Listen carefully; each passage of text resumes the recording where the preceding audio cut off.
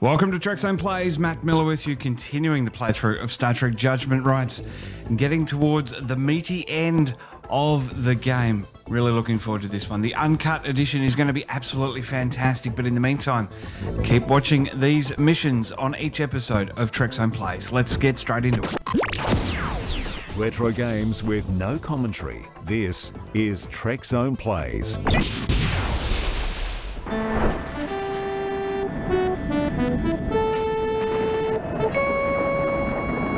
How long until we reach Nova Atar, Ensign? About 23 hours, Captain. 22 hours, 53 minutes, and 17 seconds, to be precise. Spock, there's no need to be precise. We're going on shore leave. Rest, relaxation, no calls from Starfleet. Captain, we have a message coming in from Admiral Richards at Starfleet. On screen, Lieutenant. Hello, Jim. I know you're going on shore leave, but What is it, Chris? since you're going there anyway, and it's only a small favor, Favor? I don't want to inconvenience you, but Fine, you have it. What would you like me to do? we recently discovered that one of the exhibits in the Smithsonian Annex at Nova Atar is of great historical significance to the Serenzi, an influential family from planet Lakian. The museum is going to have a small ceremony to return the item. The Federation planned to send a representative, but, well, she couldn't make it. Since you'll be in the neighborhood, well, no dress uniforms. All you have to do is smile and shake hands. Smile, shake hands. It would be my pleasure, Admiral. My chief engineer had already promised to show me around. We'll be there. Thanks, Jim.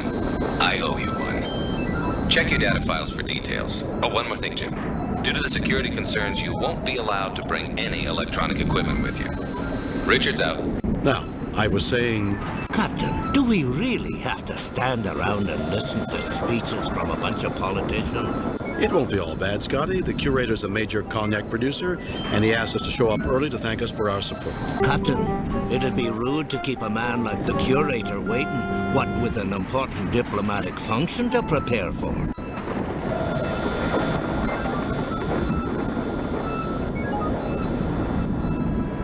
Nova Atar, a Federation system whose third planet, Nova Atar 3, is the home of the Smithsonian Annex for this sector of the galaxy. Nova Atar is renowned for its rich collection of artifacts.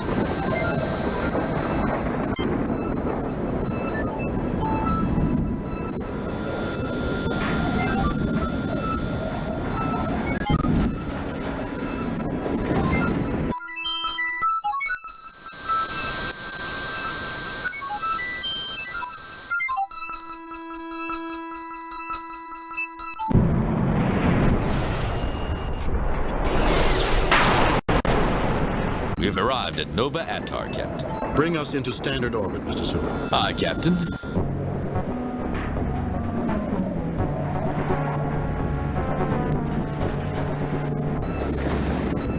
Mr. Scott, Mr. Chekhov, come with me. Mr. Spock, you have the con.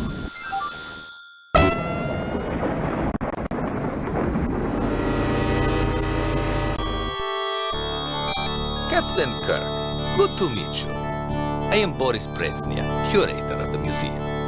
Everyone is buzzing about visitors from the Enterprise. A real feather in my cap. The pleasure is ours, sir. This is my chief engineer, Mr. Scott, and Ensign Chekhov, our navigator. Most pleased to meet you both. Chekhov, a fine name. I'm certain you will be interested in sampling the Kazakhstani cognac, distilled and blended by my family. In fact, I will later show you my most prized possession, a bottle of our finest vintage, aged 40 years from our very first pressing. But isn't cognac French? Originally, Mr. Scott. But before my ancestors came to settle this planet, they went to Cognac and purchased cuttings, brought them here, and made enhancements. You could say we reinvented Cognac.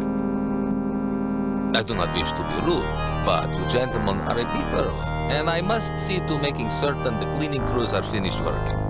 Please, feel free to look about a bit. I will page you later, and maybe you will join me in a small toast before the ceremonies? Yes?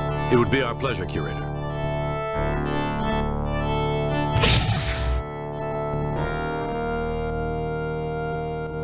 I told you we invented it. Maybe we were a little hard on you, laddie. Never doubted you for a second, Mr. Chekhov. Now let's take advantage of this time and look around. Lights cascade continually above the surface of this device. Plaques on each side read, "The Vandecourt Aurora generator was donated to this museum by Sir William Loudon."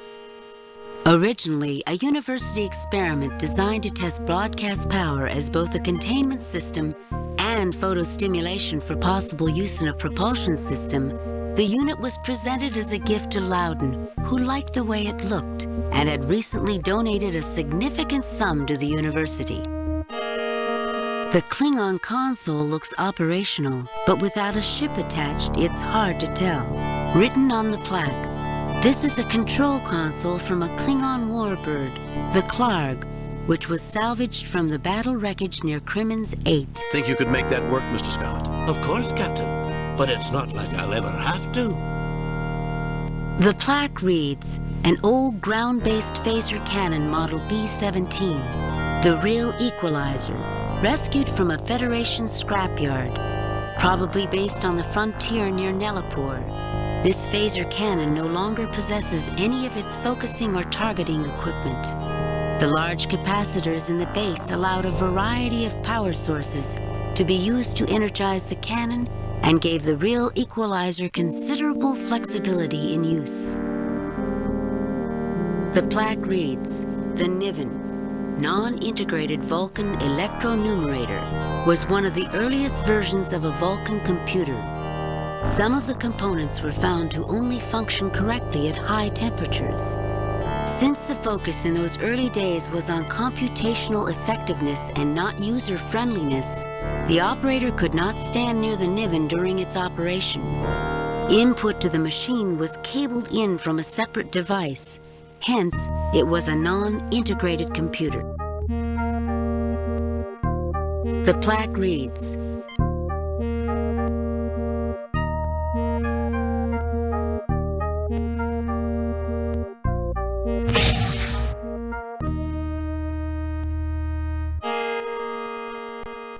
"This EVA suit was worn by Ivan Petrovsky, a late 21st century Terran astronaut, during the famous Commonwealth mission. Petrovsky used this suit to dock with the damaged spacecraft SS Commonwealth and saved the vessel from certain destruction in orbit around Mars." Petrovsky. Isn't that a Russian name? I don't think so, Mr. Chekhov. I sincerely doubt it, laddie. Really? I would have sworn it was Russian. The plaque on the old machine reads, "An early experimental transporter. The Murnane 8 was from a time before transporters were safe for travel by living beings. Constructed to be a frequently modified testbed, the Murnane 8 had only a small loading bay. The destination controls were also still in testing, making the use of this transporter as much art as science." Hulking consoles ring the room, making the raised pedestal stand out even more. The plaque reads, "One of the most widely used and most stable designs ever. The Umber Hubble Mark 84 has been used in far more ships than any other model."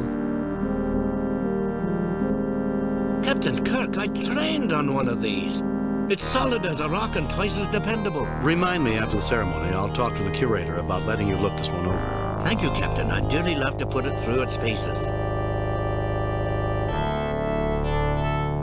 An old communications panel. On the plaque, this communications station was removed off the old freighter, Big Bear Running, when that ship was retired from its customary Benchley to Sawcare run. Outdated by today's standards, this system was known for its powerful transmitter and ease of repair. As a side note, the shell of the Big Bear Running was used as a testing target for present models of photon torpedoes.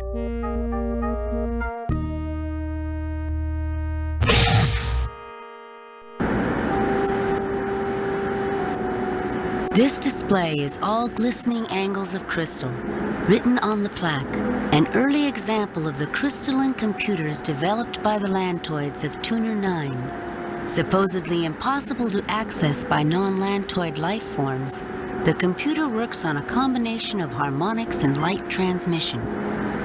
The Lantoids make physical contact with the computer to operate it. It is said that listening to a Lantoid operate the computer is like listening to a complex musical score played on delicate chimes. The Lantoids view programming as an art form.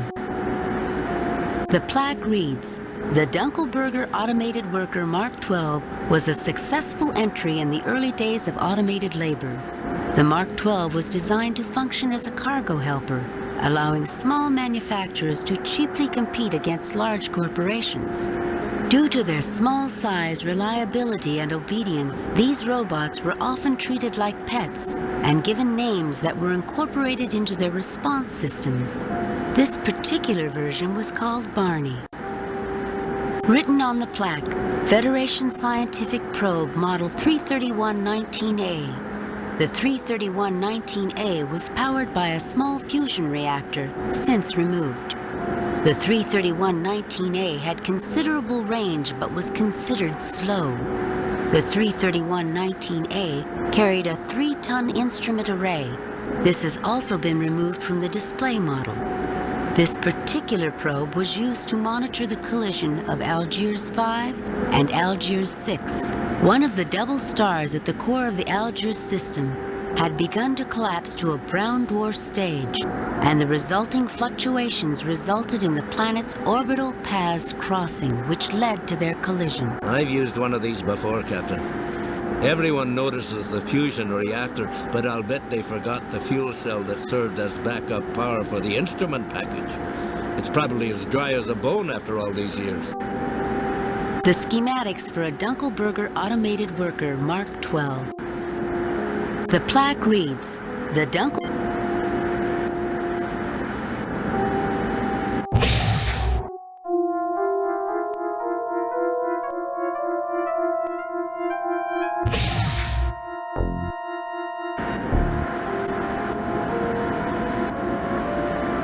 A very old space probe rests on a pedestal in a roped-off area. It shows considerable wear. This case contains a model of an ancient Lockean temple in honor of the guests.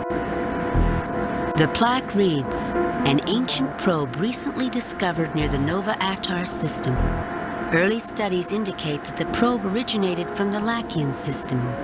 Interestingly, the technology involved in the probe's creation surpasses the current technology of the originating planet."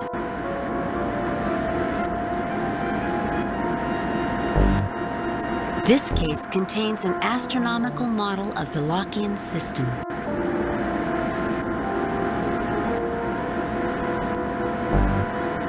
I'm sorry, this door is for museum personnel only. Have a nice day. Captain Kirk and party, please report to the curator's office, please. Captain Kirk and party, please report to the curator's office. I hope you enjoyed your tour, gentlemen. Please join me.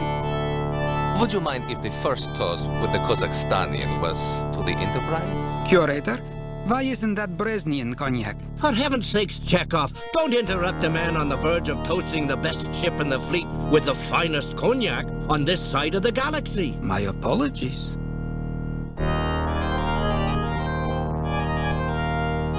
Questions later. The toast. Here's to the Starship Enterprise.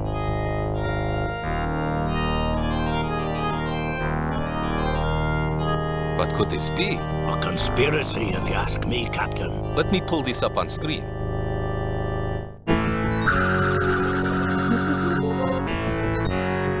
They've destroyed my camera. Well, let's see how they deal with our other security systems.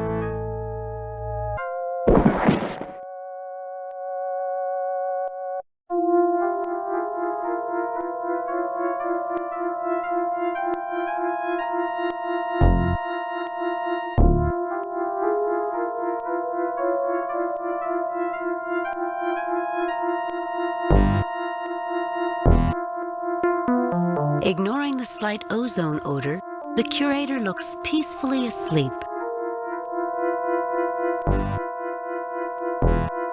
No effect. The decanter is nearly full. No effect. This is a very expensive silver tray.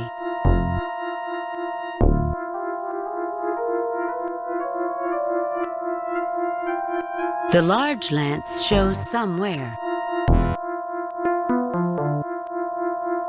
I feel rather bad about this, Captain. I do too, Scotty, but it's always surprising what you need in an emergency. No effect.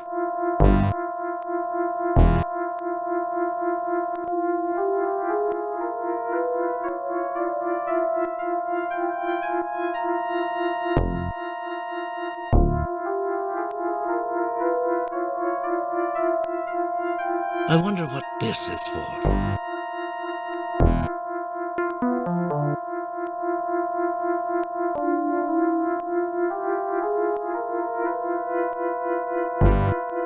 This is helpful. There's a button under the edge of the desk when the curator wants to open the door.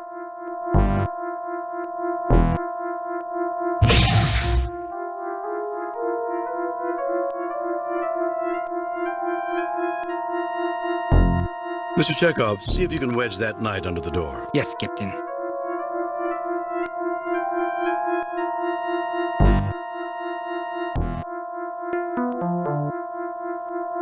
There, that should hold the door open.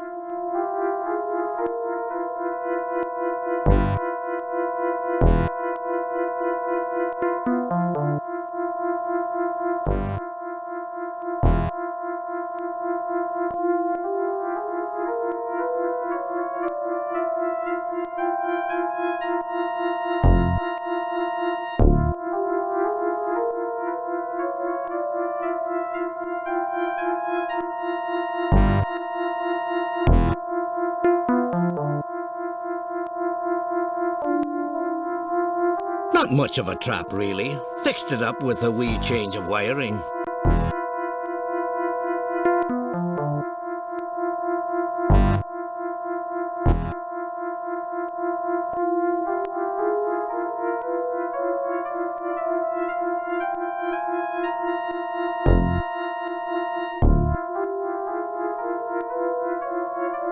I don't think the door will close with that knight in the way.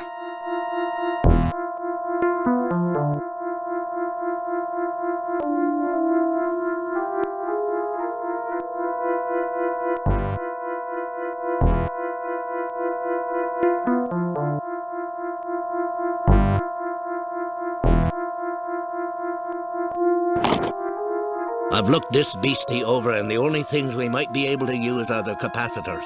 I've taken them out. They'll soak up a wee bit of power before releasing it.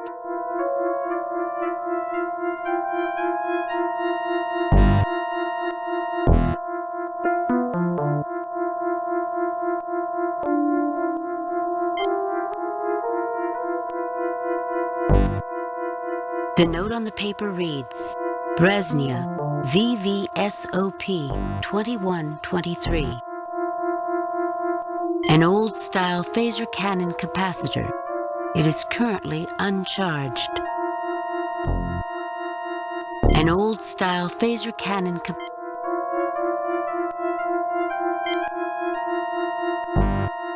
The capacitor should charge very quickly.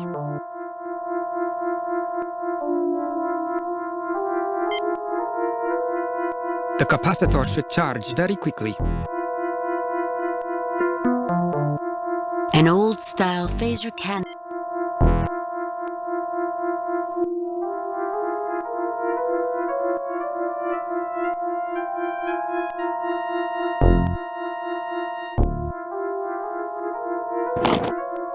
Well, it's not like anyone's likely to be using this monstrosity soon, so I pulled out the only things we might be able to use. It's not much, only some heat-resistant wiring and a cable.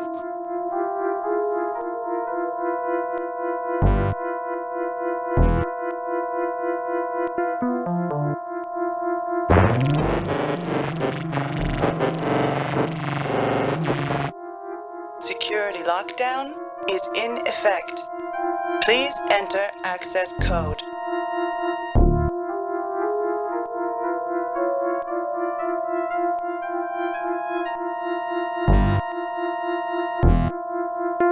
Security lock deactivated.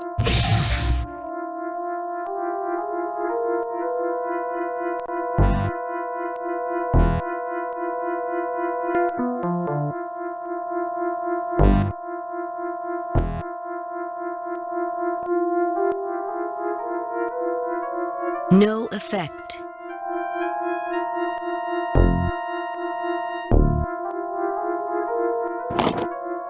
Most of this is just too massive to move around, but we've got some nice magnetic clamps here.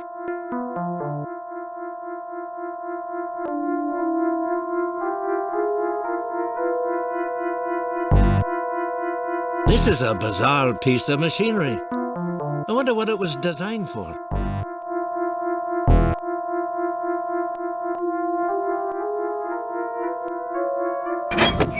Everything on this pod's too tight. I need the proper tools. I was able to get one loose access panel, but I'm not sure what we can do with it.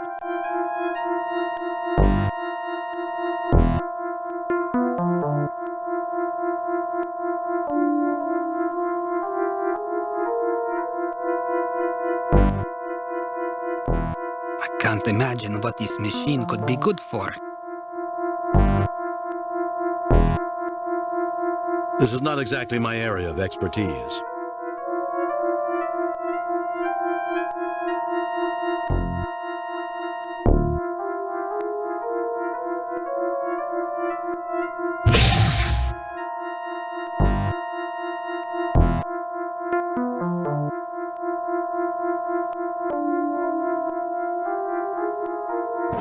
Chekhov takes the capacitor off of the Aurora generator.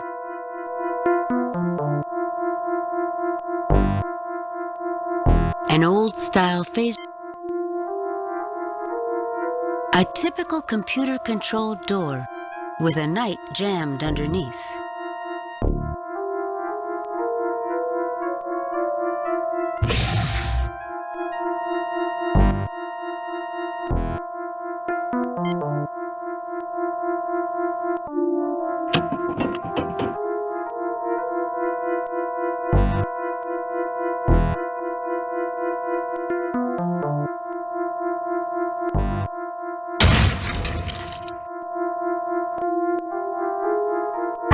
That has to be one of the most useless robots I've ever seen. Badly designed, Captain. It's not going to help us, is it? Only in a dance contest, Mr. Chekhov.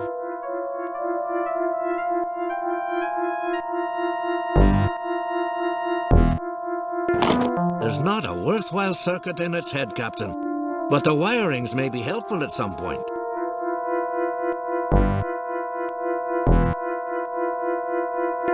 The only use left I can think of, Captain, would be to roll it in front of us as a target for the terrorists. Not a bad idea, Scotty. Except for the fact that there are no rollers, Captain, and the beastie weighs a ton. You take the capacitor out of the robot.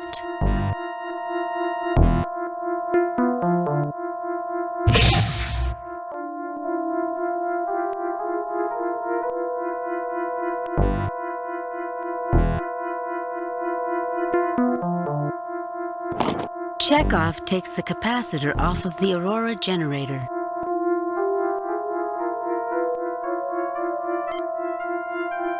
The capacitor should charge very quickly.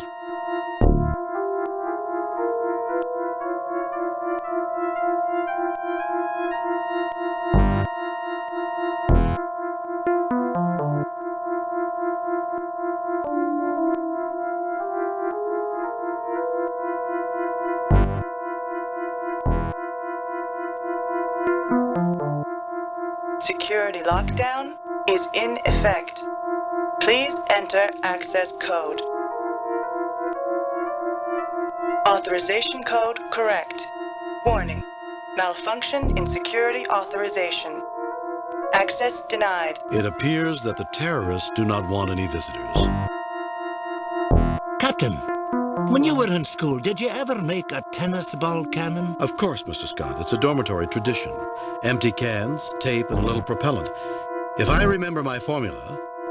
But what's that got to do with our situation? I was standing here looking at the cannon and thought maybe we could use the same idea to get through that wee door. We're going to knock down the door with a tennis ball? I'm sure Scotty had something else in mind. You did, didn't you, Mr. Scott? Aye, Captain. In an engineering dorm, that's for freshmen only. As you move along, you get into bigger and better versions. We'll use a big tennis ball? No, laddie. I was thinking, since we cannot fix the phaser here, maybe we could build some sort of mass driver. The capacitors on the cannon can discharge a lot of power in a short burst. Oh, I remember. Using magnetic fields to propel an object faster and faster. Don't say it, laddie. You didn't invent them. Of course not. I was going to say we will need an iron tennis ball.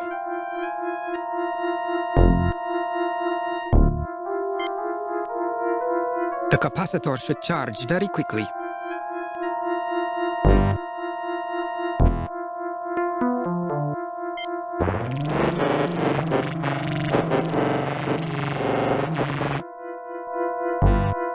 We'll still have to wire them up, Captain. That's going to be the real job.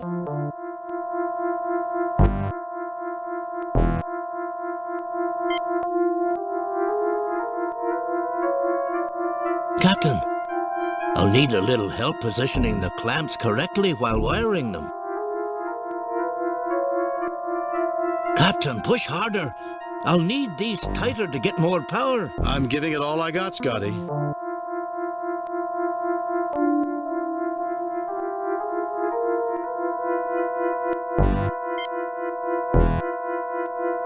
We are hooked up here, Captain.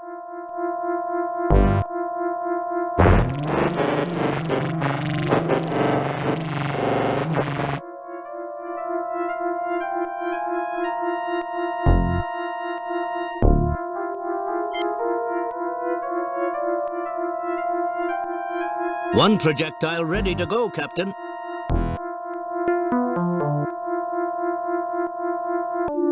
Thank you, Captain. This should be fun.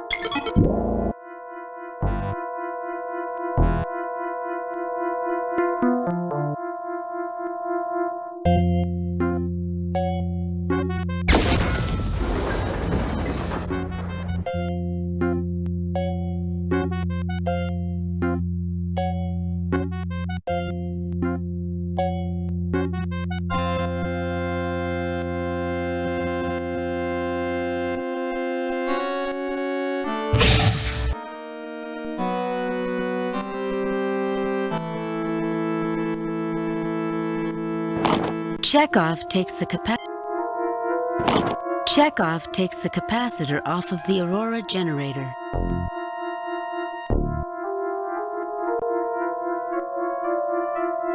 The engineering panel.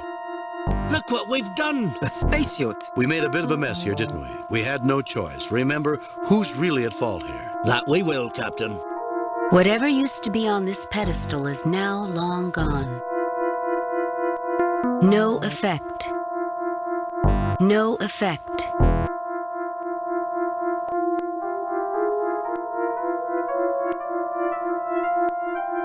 The gas canister is a bit beat up from the fall, but still functional. The curator mentioned these were in each room. We could open the door and spray it on the terrorists. If it's fast enough to stop them from using their phasers, it'll stop us too. And they'd get a warning if the door started to open. Time enough to put the hostages in jeopardy. The plaque on the old...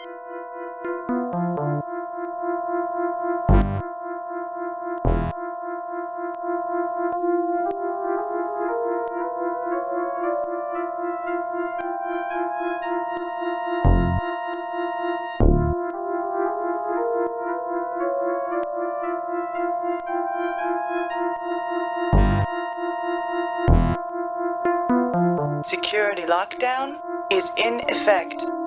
Please enter access code.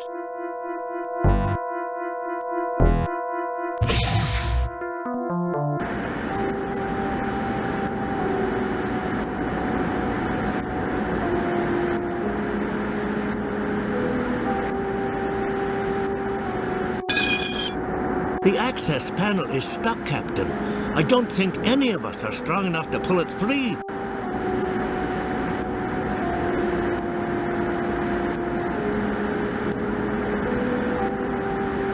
This is an odd beastie, Captain. I'm not even sure how they powered this thing.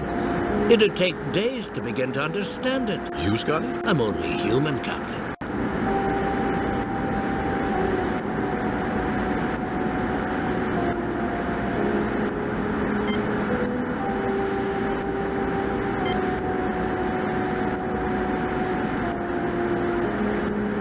It probably wouldn't hurt anything to take one crystal. It's just a display after all. This one looks good.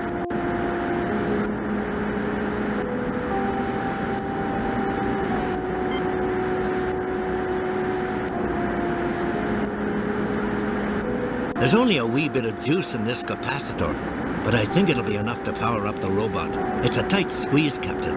I don't think we'll be able to get it back out once it's in.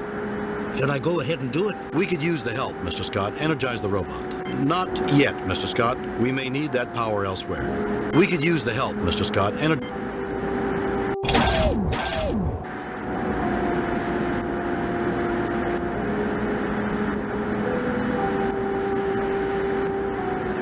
Barney, open the pod bay door.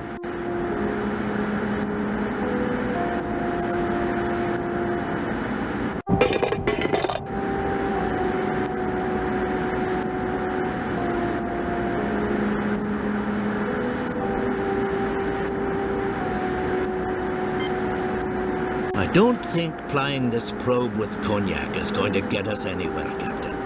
At least let me take a look at her first.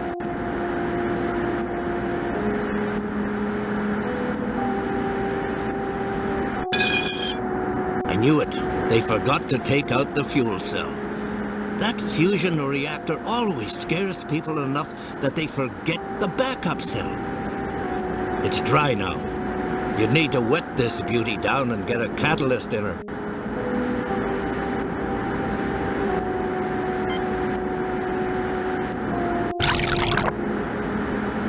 Better than brandies? More than stums?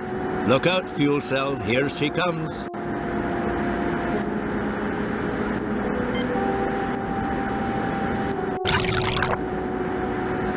I hate to see a sweet liquid used for something other than tasting. But at least it'll work a fair bit in here.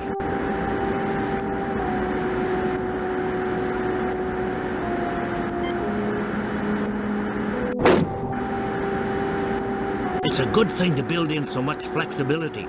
The silver isn't a bad catalyst and will act as a contact too.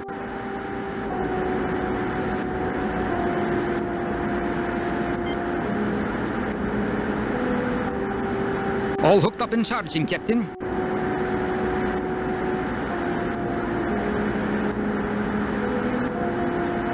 The plaque reads, "The dump." If I talk, I can't work or think, Captain. I hope we get the terrorists soon, Captain. I'm afraid we might be late if we don't hurry.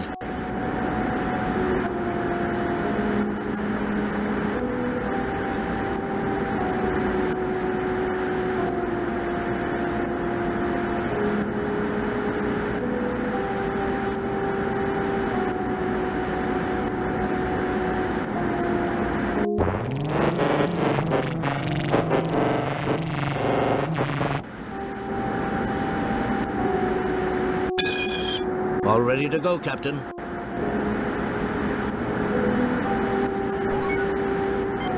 Save new game.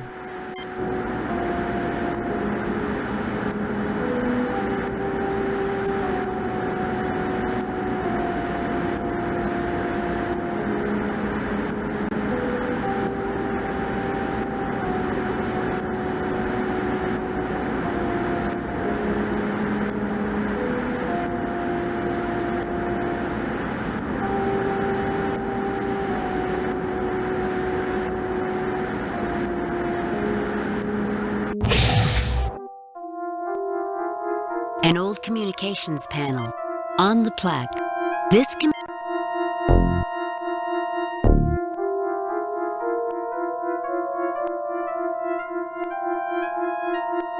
You know, Mr. Scott, this machine is not in bad condition. Captain. Look, but don't touch. You're right, Mr. Scott, but the only thing missing on this is the transmitter and some power. You think Lieutenant Uhura would object if we swapped it for hers? Scotty, I never took you for having a death wish.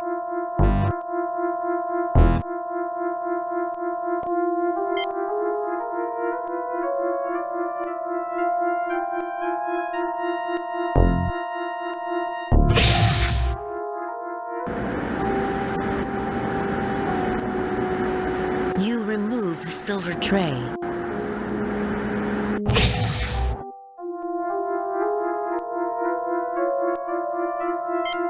This reminds me of the time when I was a boy working on my first electronics project. I built one of those old crystal radios. With luck, we'll be able to get this transmitter working.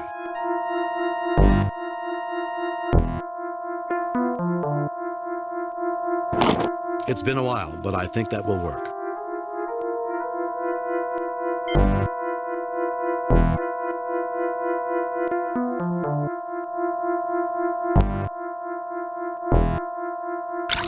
I rigged up an isolated piece of frame in there as one conducting plate and the tray as the other. It's not the best solution, but it's the best I can do here.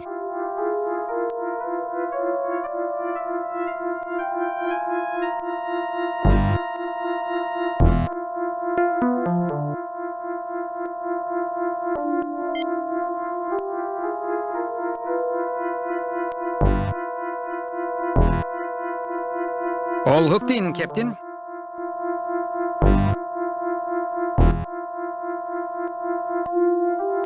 Well, let's see how well this works. Kirk to Enterprise. Kirk to Enterprise. Enterprise, come in. Who is this? This is Captain James T. Kirk of the Starship Enterprise. Who are you? Whoever you are, call for help. There are terrorists in the museum. This is Captain Kirk of the Starship Enterprise. I'm in the Smithsonian Museum, where hostages are being held. This is Captain James T. Kirk of the Starship Enterprise. Well, Captain James T. Kirk of the Starship Enterprise, why don't you take your Enterprise and go away? We don't want any Federation interference. Who am I talking to? Why don't you and I discuss this? Who am I talking to? My name is Lucas. I'm a member of the Lockian family, Onakan. Whoever you are, call for help. There are terrorists in the museum. I've never heard of the Onakan family. Whoever you are, I've never heard of the Onakan family. It's no surprise you haven't heard of us, even though we're one of the largest and oldest families on Lockian. Just shows how much the Federation believes the lies the Soransi pass along. The Soransi are your enemies? I find it unlikely the Federation will take sides. Of course the Federation backs the Soransi. You don't see them taking hostages and setting traps for museum curators, do you? The Soransi are your enemies? Our bitterest enemies for centuries, and you're backing them. I find it unlikely the Federation will take sides. Of course the Federation backs. I find it unlikely the Federation will take sides. If the Federation isn't backing the Soransi, how do you explain a ceremony giving the Soransi the Quelke? Obviously, the Federation believes their lies. The Kelke? You mean the probe? It is more than just a probe to us. The Quelke discovered Lockian generations ago. The entire race owes its existence to the Quelke. I knew it had great significance. I just didn't know there was anyone else involved. This is when the original planet was on the verge of being destroyed? I thought the Soransi ruled your race. Shouldn't they be the ones that controlled the Kelke? I knew it had great significance. I just didn't know there was anyone else involved. This is when the original planet was on the verge of being destroyed? We have as much claim to that probe as anyone. It sounds like you have a legitimate grievance. Does the Soransi also have a right to the Kelke? Then why is the museum handing the Kelke over to the Soransi? It sounds like you have a legitimate grievance. Then why is the museum And we can't let you stop us. This is something that has to be dealt with. This is your last warning. Release the hostages now, or suffer the consequences. Then this situation should be looked into more closely by the Federation. We're here with the best intentions. You want peace? We want peace. Then this situation... Is that an offer? That's a guarantee. Obviously, I'll have to check with my superiors on this, but I'm certain something can be worked out. That's a guarantee. Then we have a deal. We will turn off the security override and give ourselves up. And trust the word of Captain Kirk.